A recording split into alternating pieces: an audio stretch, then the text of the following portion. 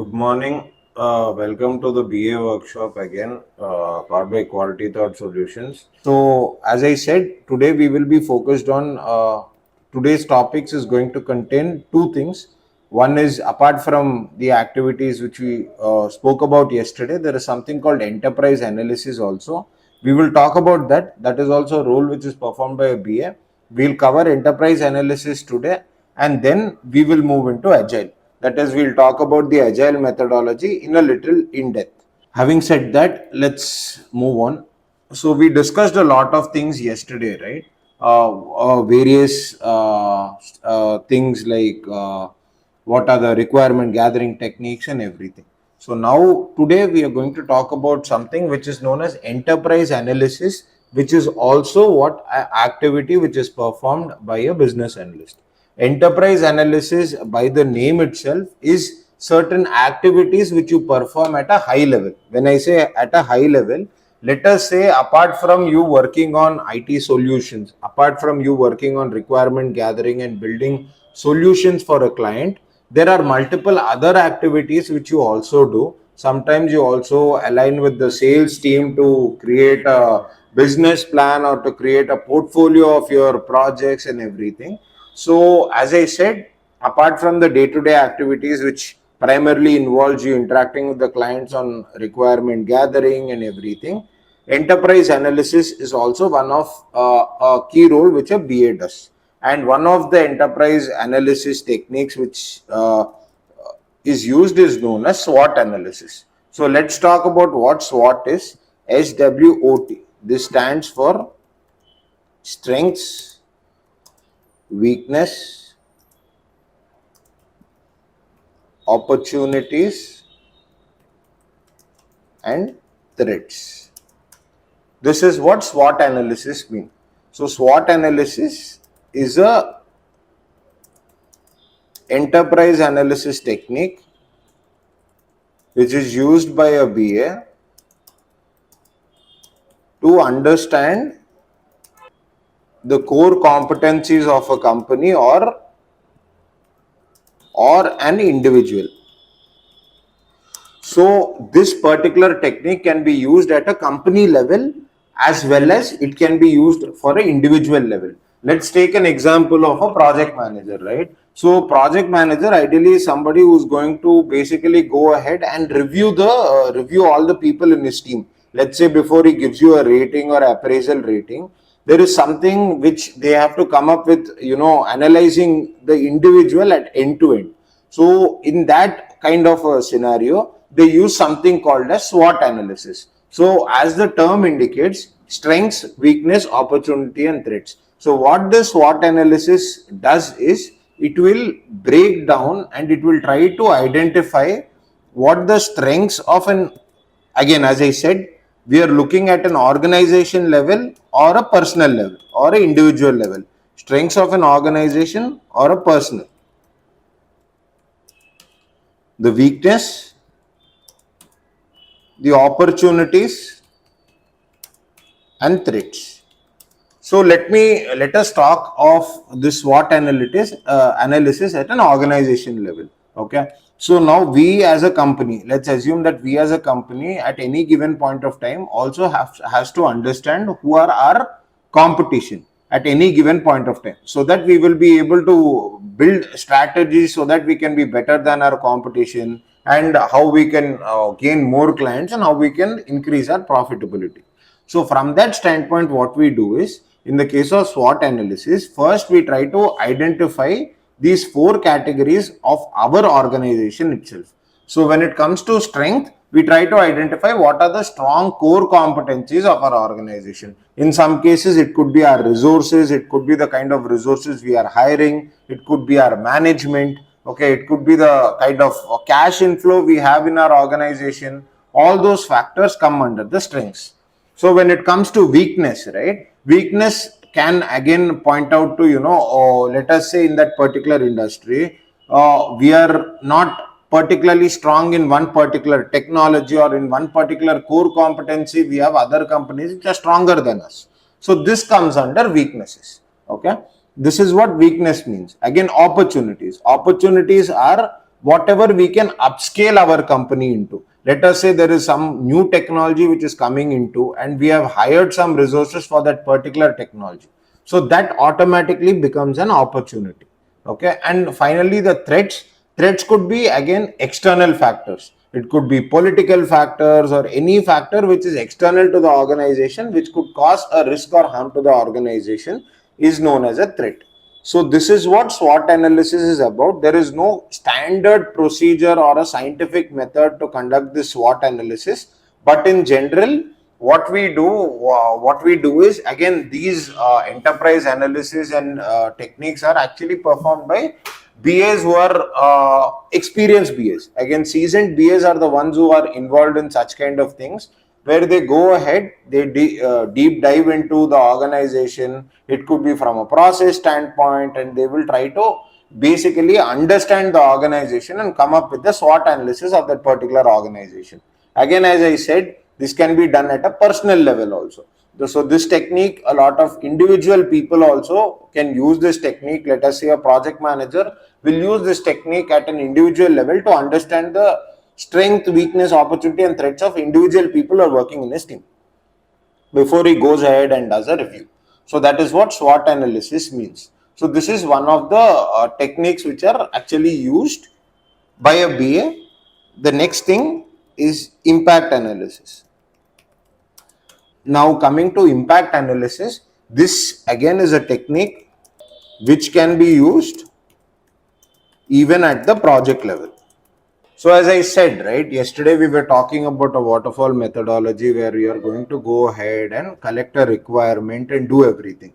So let us say you have already started the project. Okay. You have started a project, and at any given point of time, the client is coming ahead and he is suggesting some changes. Okay. Let's say any changes suggested by the client is known as a change request. We will cover the change request part in a separate topic altogether. But what impact analysis is and where it is used is, impact analysis is primarily a technique used to understand the impact any change has on an existing application. So I'll just give you an example. Let us say that you're already building an application for a client. Okay. So after a few weeks of building and after you're doing things, let's say the client has come up with some changes which he has come up to. So from a BA standpoint, what they do is they use this technique called as impact analysis. Basically, what it does is it will help you understand at what all levels is this going to impact the given solution. Okay. Is it a new functionality which we are building, or is it something where all the changes are going to affect on the given application? That is what impact analysis basically does. So as a BA, what you do, you basically go ahead whenever there is any change suggested by the client, you will first write it down. The first step is to write it down, and then you go ahead and you have a discussion with your technical team so that you can understand what are the various areas where this is going to affect, right? What are the areas it is going to affect, and what are the, how you can, go ahead and implement this solution. Is it going to be a complex solution? Is it going to be a simple solution? All those factors are analyzed by using this technique known as impact analysis. Again, guys, these are techniques which are used on a day-to-day basis, and there is no hard and fast rule that this is how the technique has to be implemented, or this is how it has to be done. Standard practice is to basically understand, analyze, document, and then come up with a solution. That is how a standard impact analysis technique is used, and that is how you standardly do this impact analysis, right? So the last enterprise analysis technique is something which is known as gap analysis. Okay. So what gap analysis means is, it is not similar to impact analysis. Gap analysis is to identify any flaws or gaps in the existing process. Okay, so what happens again, this is a technique which is used at an organization level. Okay, for example, any company is having a certain process. Okay, as I said, apart from you building IT solutions for the client, a lot of the times seasoned BAs who are having that kind of experience are also used on some internal activities like improving the existing process of a given organization, or coming up with solution to improve the productivity. These are also other activities which a BA actually performs, right? So from the standpoint of what gap analysis is, it is again an enterprise analyst technique which is used, which basically is used to identify any flaws or gaps in the existing process. So what happens here is, as a BA, what you do, you interact with the various stakeholders, right? When I say various stakeholders, these could be internal or external. Let us say you are proposing a newer solution for your own company. In that case, what happens in the scenario that you are going ahead and creating a solution for your own company, right? If you're going ahead and building a newer process, so in this case, you will have to first identify what is the existing process, right? When you're identifying the existing process, you talk to various stakeholders and take their view. I mean, what they feel about the existing process. Okay, is there anything, I mean, is it time consuming, are they having any challenges in the process? All that is something you understand. Okay, so I will give you a real time example of this gap analysis. Let's take an example of a call center. Okay, let's take an example of a BPO, and they are following a certain process. Okay, where the ideal scenario is, you have something called in these call centers, they have a lot of inbound calls which are going to come on a day-to-day basis, right? So usually, as the week starts on Monday they have more call volume, and on towards the end of the week the call volume reduces. So let us say you've been given a case study saying that we are on a particular day, on Monday, we are not able to reduce our call volume. There is a lot of call weight. So from that standpoint, what you actually do is, in this gap, while implementing these gap analysis, you will basically identify the number of shifts that particular, let us say, at what period of time the call volume is high. Okay, how many people are working in that particular shift? Okay, all those activities is something which you are going to perform, which means you are going to first identify the existing process. How is the current process happening? What is the reason that there is a more call volume which is adding on, and how can you reduce the call volume? So you will come up with a solution by implementing these gap analysis. Okay, let us say by increasing more number of personnel during that particular time, or reducing the break time, or these are the ideal probable solutions which you can come up with by using a technique called as gap analysis. Again, guys, these are the techniques which are implemented at an enterprise level. So if you are entering an organization at an entry level as a BA, these are not something which you are going to perform. These are techniques which are going to be performed once you are in the organization for X amount of time, maybe 5 to 6 years of time will give you a good grip, and that is when they will involve you in such kind of a technique, right? So now we will be covering agile. Before we cover agile, I had created one small presentation. So basically, why I created the slide is, before we move on to the move on agile. Okay, uh, basically in agile you refer to a BA as a product owner. So what I wanted to cover is, I wanted to basically help you understand the difference between a business analyst and a product owner, and what does a business analyst do and what does a product owner do. So we will cover these slides now. Okay, we will talk about these things, and then we will move into the agile methodology, so that you can easily understand what agile is. So next 10 to 15 minutes, I'm going to talk about this particular presentation, where we are going to compare what a business analyst is and what a product owner is. Guys, both are similar roles. Don't get confused. In these slides, you will clearly understand what this means. This is one of the presentation I had created for my company, and we will cover this particular topic today. Yeah. So business analyst versus a product owner. So who a business analyst is and who a product owner is. This is what we are going to talk about. Okay. So a business analyst basically, as I said, is a professional who helps the organizations to understand their business needs and to identify and implement solutions that meet those needs. Okay. So what BAs do, they use their knowledge of both the business and IT to bridge the gap between two and to ensure that the projects are successful. This is what a business analyst primarily does. So basically, as I said, so a business analyst is somebody who will identify the business needs and requirements. They work with the stakeholders to understand the organization's goals and objectives, and they identify the challenges and opportunities that they face. Then they will gather and document those business requirements to make sure that they're able to meet these goals. So this is what a BA does. This is what we were covering yesterday also. And the third thing is they will define and prioritize requirements. That is, after you have gathered the requirements, you will define these requirements, prioritize them. Basically, you will understand the importance of the requirement and make sure that the critical needs are met. So this is what a BA does.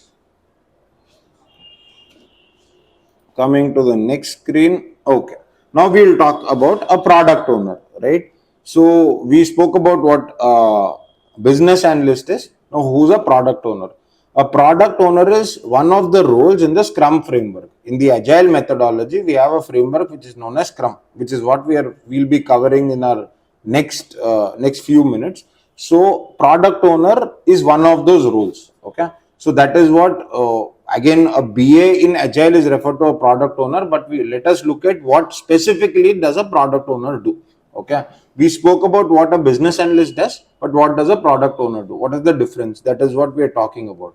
So product owner is one of the three roles in the Scrum framework, and a product owner is basically responsible for maximizing the value of the product by working with the development team to prioritize and deliver the most valuable features, right? So that is what a product owner does. So in the Scrum framework, we will talk about how we are going to gather requirements and everything. But before going to that, just to differentiate between what a business analyst does, I'll just put it in a very simple way. Okay, a BA is somebody who is responsible for just gathering requirements, documenting requirements, and BA is a role which was referred more in the waterfall methodology.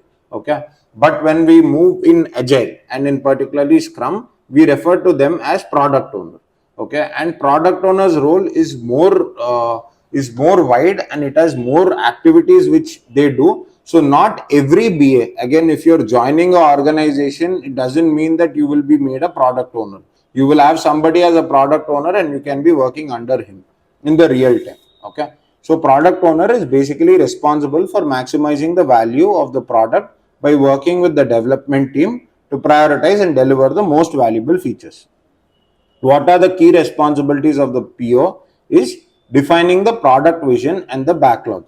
Guys, whatever terms are here which are confusing, I will cover those terms in the next few slides when we move into what agile is. But for now, just try to understand the difference. So he will define the product vision and the backlog, right? The product owner is basically responsible for defining the product vision, which is a high level description of what the product should achieve, right? He will also create the product backlog. Product backlog is nothing but which combines a list of all features and functionality that the product needs to have. That is what a product backlog is. And then the second thing is prioritizing the product backlog. So what you do when you're prioritizing a product backlog is PO is responsible for prioritizing the product backlog. So what I mean by that is he will understand the most valuable features, he'll identify the most valuable features and make sure that they are delivered first. So that is what a PO does. And this involves the understanding of the users and customers. So by interacting with the end users and the customers, he will understand the risks, benefits, and he will try to build the features which are more important and get them delivered. And next is working with the development team. So here what happens is the PO constantly works with the development team to ensure that the product backlog is delivered in a timely and efficient manner. That is what the PO does. Okay, so he provides the team with clear instructions and question and answers any questions that they may have. Apart from that, the next part is communicating and communicating with the stakeholders. Okay, so the PO is also responsible. Next thing what a PO will do is communicating with the stakeholders, right? PO is basically responsible for communicating with the stakeholders. Who are the stakeholders? The users, customers, and business are the stakeholders of the project, right? So the PO's responsibility is to keep the stakeholders updated on the progress of the product development and gather feedback from them so that they can build the product in a better way. So this is what the difference is. Now basically we spoke about, now we are going to talk about the differences between a PO and a business analyst. So as I said, the PO and BA are two key roles in the agile development process. Okay, so they both play important roles. What are the major differences if you have to look at? As I said, the product owner is basically responsible for creating the product vision, okay, collecting understanding the customer, the market, building the entire backlog, okay, prioritizing the product backlog, communicating with the stakeholders. All this happens, and PO is a role which is specific to agile. Okay, now coming to what a business analyst does. So business analyst is basically responsible for understanding the business needs and requirements and for translating those needs into technical specifications so that it can be used by the development team. So BA will have a strong understanding of the both the business and technical aspects, and he will basically go ahead and understand the business needs. He will translate that business needs, as we already spoke, creating that business requirement document, a functional requirement document, sharing that document with the client, taking the feedback, making changes to that document. That is what a BA does. So if you're looking at the differences, so this is the basic difference between a product owner and a business analyst. So the focus of a product owner will be on the product, okay, and on the business analyst on the other side, he will be focused on business needs. Just to put it in a very simple way, guys, in the agile methodology, a person who is completely responsible for the end-to-end development of that given product is known as a product owner. Okay, and in the waterfall method is where a BA comes. But again, even in agile, you can have somebody who is playing the role of a BA also. He'll be working closely with a product owner who will define all the requirements, and this guy will just be creating those user stories or something. He'll be working closely with the PO. So this is basically the difference between the product owner and the business analyst. So this presentation was just to give you you might have heard this term product owner a lot. So this slide is just to give you a brief explanation of who a PO is, who a business analyst is, and what is the difference between a PO and a BA. So yeah, so coming back to our so now that are you able to see my screen again, the Word document?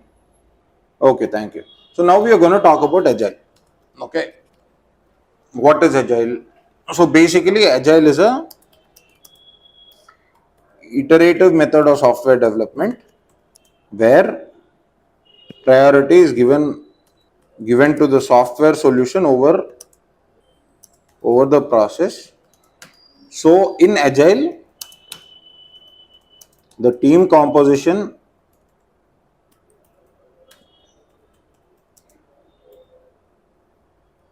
is of, you have somebody called a Scrum Master. Yesterday somebody asked me to cover what a Scrum Master does. I will go ahead, start with that only. Okay, Scrum Master, Product Owner, and then you have the Scrum team. Okay, and then the various ceremonies in Agile. And before that, we will talk about epics, features, user stories. What is an epic? What is a feature? What is a user story? That is what we'll cover now. So various ceremonies in Agile, sprint planning.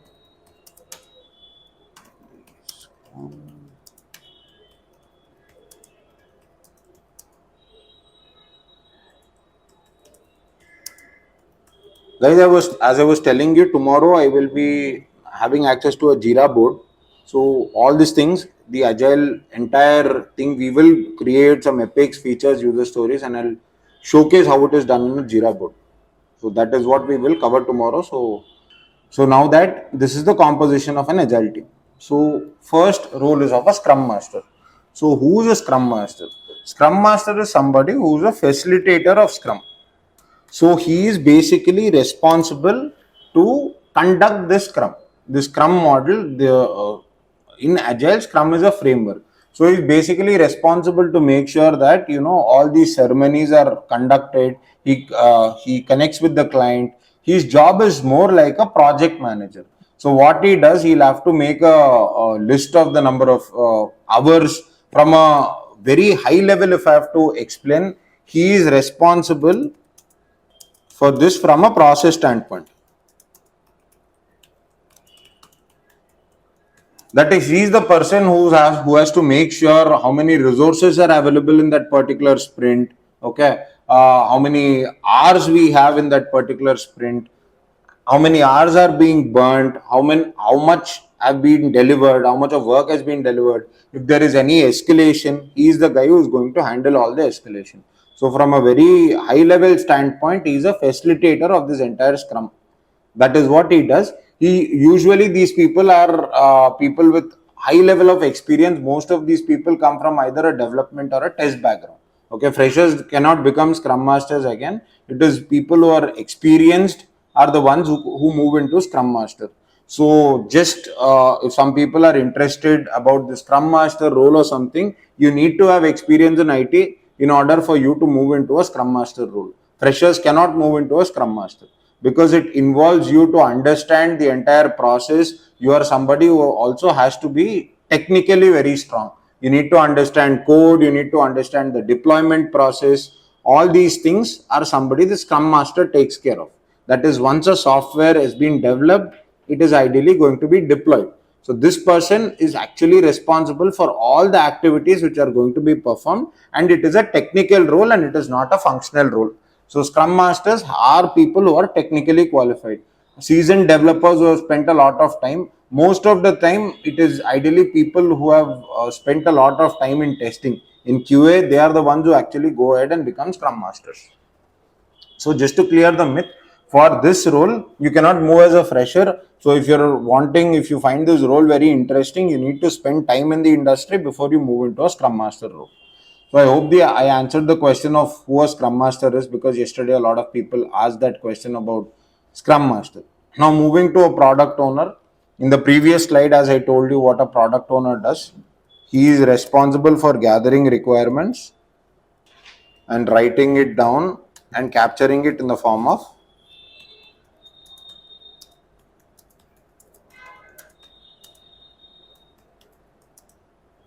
features and user stories.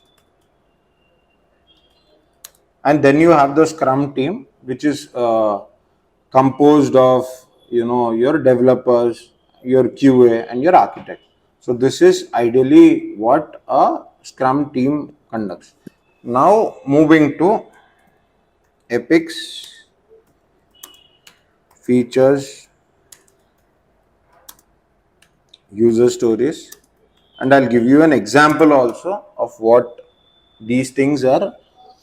Like yesterday, when we were covering the topic yesterday, right, we were talking about waterfall methodology, where we are going to go ahead and gather this requirement in using in a BRD document or anything, right? So in agile, what happens is any requirement which is going to be gathered is ideally going to be gathered as epics, features, and user stories. So I'll tell you what is the difference between all these things and what is the need for this thing, right? So epics basically are high level functional requirements which can be further broken down. So just to give you a heads up, so we will take an example of, in a real time, I'll take an example, okay? So let us say a inventory management system, or if you want me to talk in terms of, let's say the client has asked you to deliver one car. Okay, so the entire car is an epic. That is a high level functional requirement, right? So in the car there are smaller parts like engines. Okay, let it be an engine or let it be the electronic transmission system. So these come under features. Okay, and in engine you are having further smaller components, right? The smaller components are known as user stories. So in the ideal scenario, you break down the epics into features and features into user stories, but in real time what actually happens in companies are epics are broken down into user stories.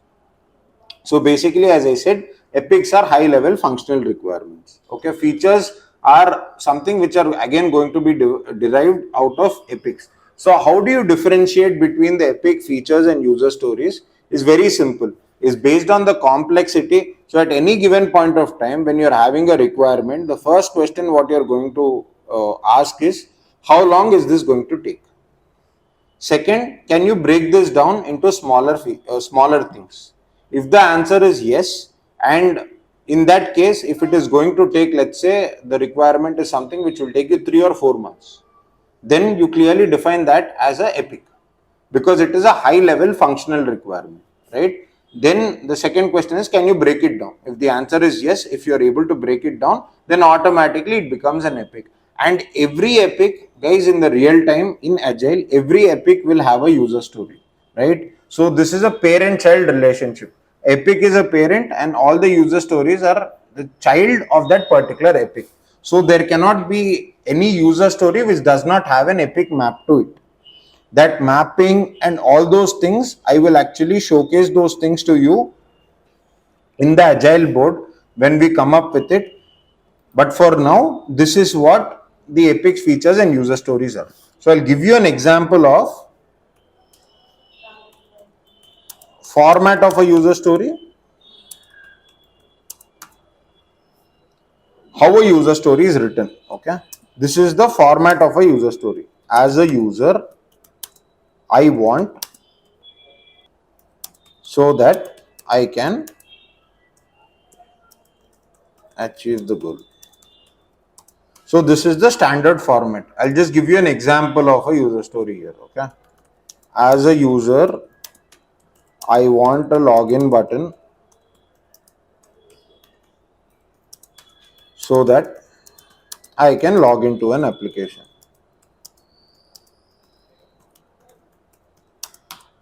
Another example is, as a user, I want a filter button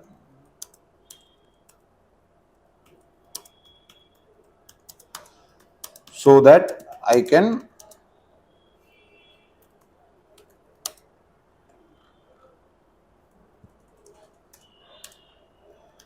search and filter results.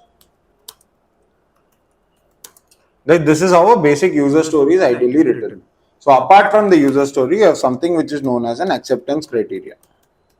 Guys, in a layman term, right, user story is something, is a small level requirement, is a functional requirement which you're writing. Whatever in the previous thing which you're capturing in a BRD document, here you capture the same thing as epics, features and user stories. And as I said, user stories are the ones which are going to be delivered in this 2 weeks period, which is known as sprint. As I said, in agile, the 2 week time period which is taken for development of a given application is known as sprint. That is what sprint refers to. Okay. So this is the format of a user story. And when it comes to acceptance criteria, there are two ways to basically, what acceptance criteria means is, it will capture what are the various things which are needed for that particular user story. This is more helpful for testers so that they can write test cases. So in this case, what will we do? As a user, I want a login button so that I can log into an application, right? So under the acceptance criteria, you will write, okay, the username can be name, phone number, or email address, cannot contain special characters.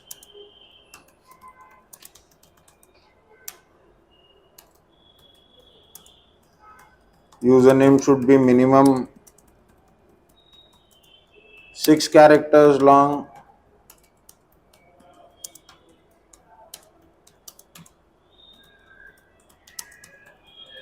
not contain spaces. So this is what an acceptance criteria is. This is one format of writing the acceptance criteria. Again, format changes with companies. Okay, the standard theoretical practices, you have something which is known as Greckin. That is the format of how we are writing this user story. Greckin is a language which is used to write these user stories, and in this acceptance criteria, you write it in the format of given,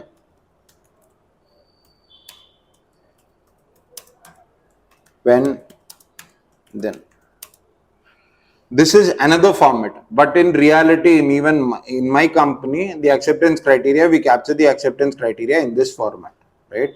So this is how you go ahead and write a basic user story. So now that you have understood what a user story is, so every user story, okay, also, so in the real time, right, when I said sprint refers to a 2-week timeline, right? So this 2-week refers to the development which is being done. That is what happens in these 2 weeks, right?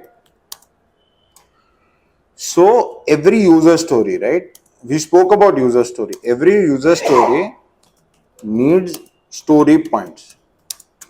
So what a story point is?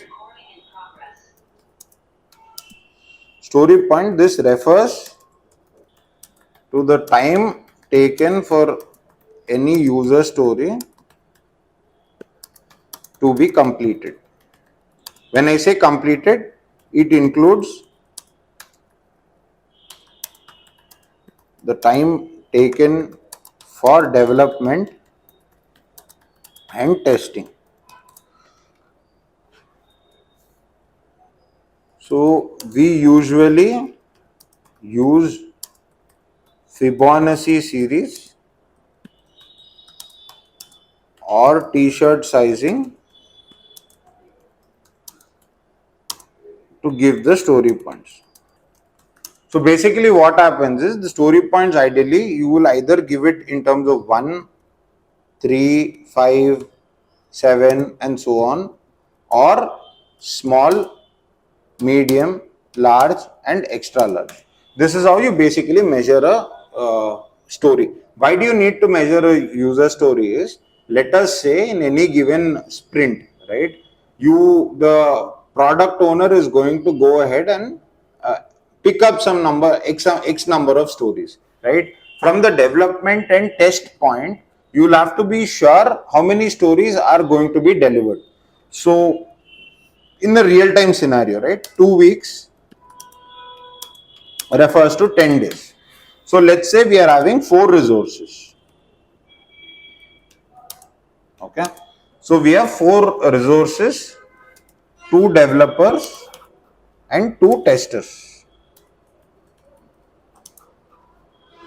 And each one has around 9 hours. So out of 9 hours, maybe 1 hour will be a break. So effectively 8 hours. And again, out of those 8 hours, all this calculation, right, guys, this is something which is going to be done by a scrum master.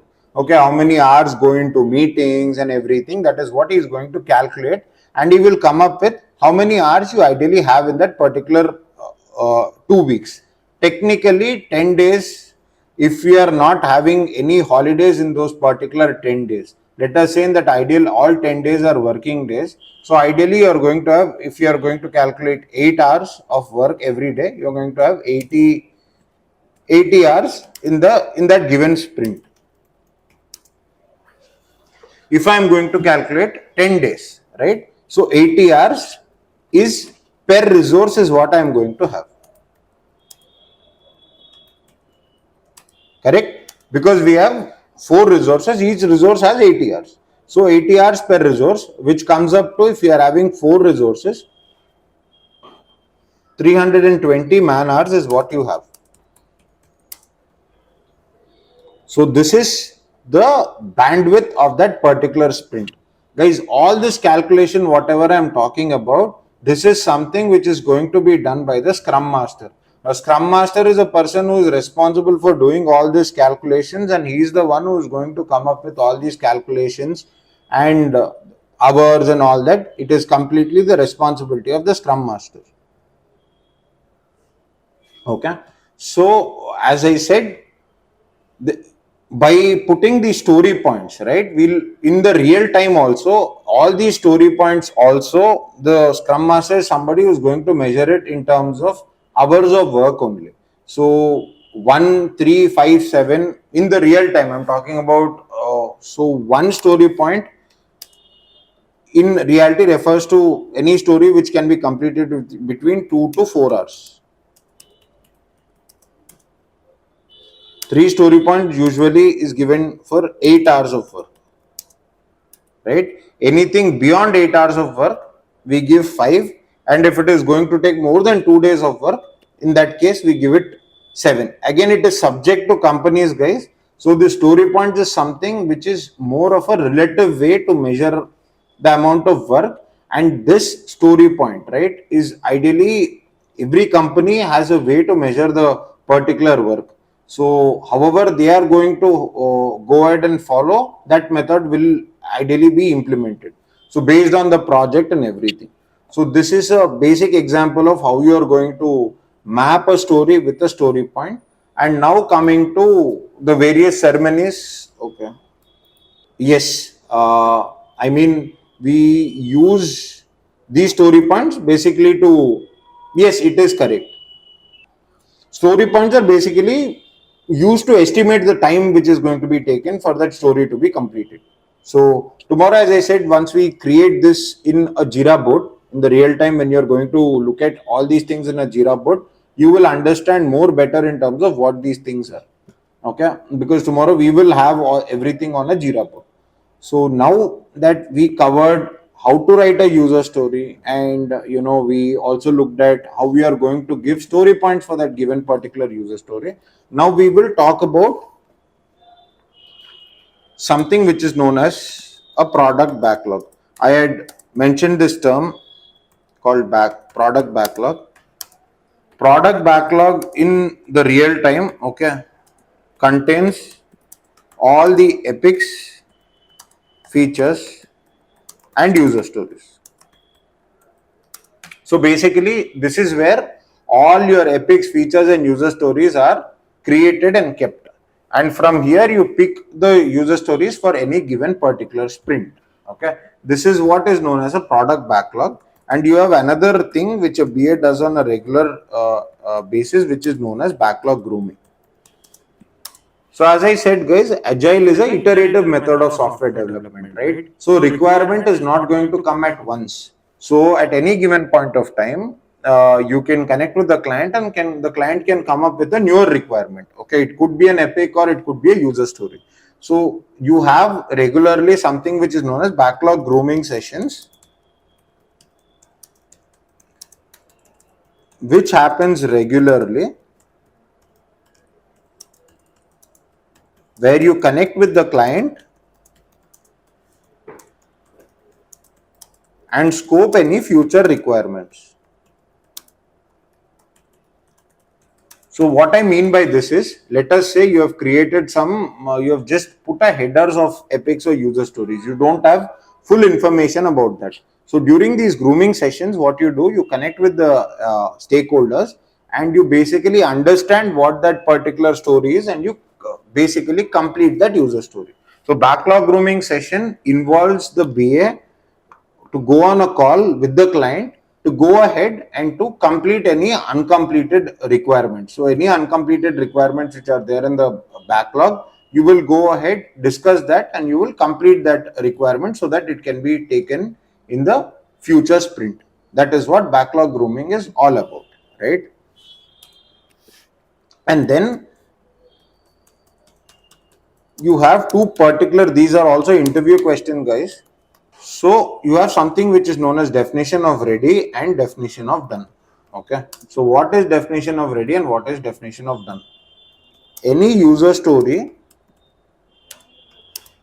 Again, user story refers to the requirement, okay,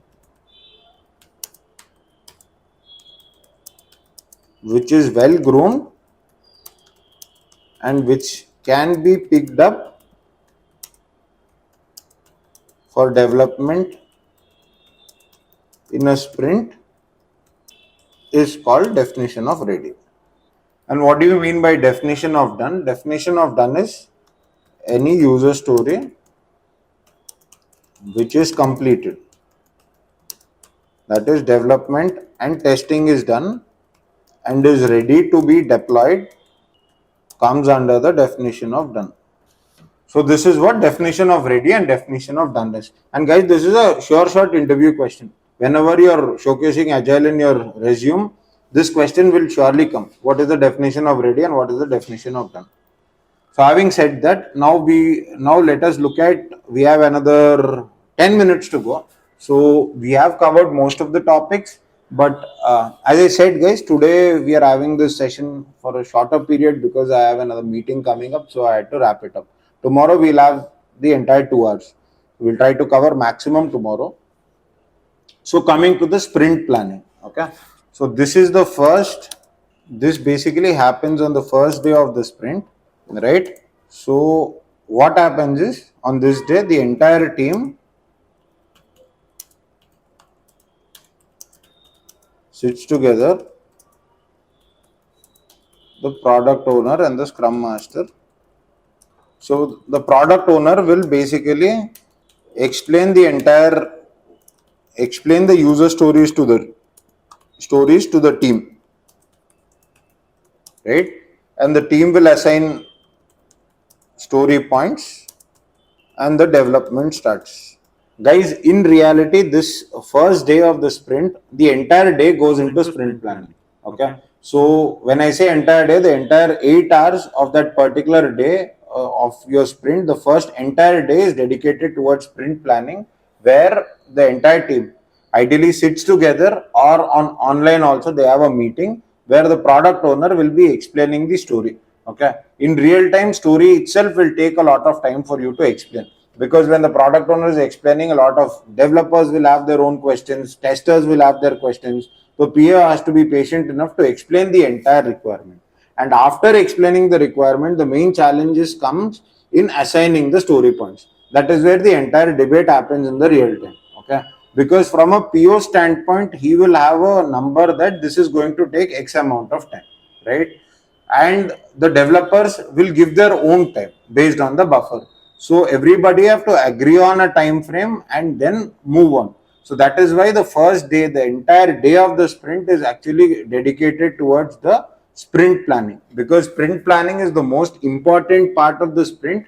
Because if the user stories, if the correct number of points are not given, or if the BA is not explaining it in the right way, right, then what happens is the requirement will not be captured in the correct way and there will be a lot of mismatches.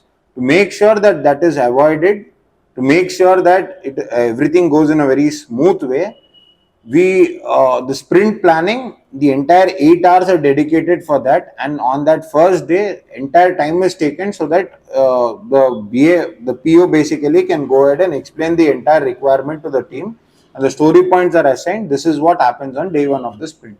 So after that, you have something which is known as daily scrum. So daily scrum is a 15-minute meeting which happens on a daily basis. So what this meeting is, this is more like a status meeting, guys. So what happens in this meeting is, basically you will go ahead and you will cover whatever needs to be done, okay, or whatever is being done. Basically there are only 3 questions which are going to be asked. Okay, what you did yesterday, what you are doing today, do you have any challenges, do you have any blockers, is your work getting affected by anything? So this is what happens on a everyday meeting, and this basically is conducted by a scrum master in the real time. Okay, sometimes BAs are not a part of these daily scrum calls. If needed, only then they join this daily scrum calls. The daily scrum calls is more for the development team, development QA team, and the scrum master. These are the ideal people who are going to be there on this daily scrum calls. And then you have something which is known as demo. So once a user story has been completed, right? So towards the end of the sprint, a demo is given to the client. What do you mean by the demo? The actual requirement is being built, and they will give they will showcase it to the client in terms of how it has been built. And based on the feedback, if everything goes well, then they will be able to go ahead and deploy this requirement. If not any changes, they will go ahead and make those changes. And the last part is known as sprint retro. What retrospective is? A retrospective is an internal meeting which happens within the team where you will discuss. It is more to discuss what went well in the particular 2 weeks of sprint. Are there any learnings which we have understood? Are there any things which we are doing it wrong? Are there any things which we can do better? These are the things, these are the primary discussion which ideally happens in this particular retrospective meeting, right? So then you have one more thing which is known as spillover. Guys, these are all technical terms which are actually going to be used. A spillover refers to any work which is not completed in a given sprint and which is taken to the future sprint. This is known as spillover. Okay, this ideally happens in any given project. Basically, what in a layman term, what a spillover means is, let us say in these 2 weeks of time, I have taken 5 stories, but I have not been able to complete 5 stories. Let's say I have been able to complete only 4 stories. That means the leftover story, one story becomes a spillover. In that case, you will have to answer, the scrum master has to answer to the client why there is a spillover. Even from a PO standpoint, he has to give valid reasons why a spillover has happened, and that is how you basically continue. So theoretically, this is what agile is all about, and this is a methodology which is widely used right now, and this is the methodology most of the companies, whoever it is, if you're going for an interview, they specifically look at, is this guy having good knowledge on agile, is this somebody who has good working knowledge on agile. This is what they will ideally see. So that is what agile is all about. Again, thank you so much for your time, guys. Have a great day.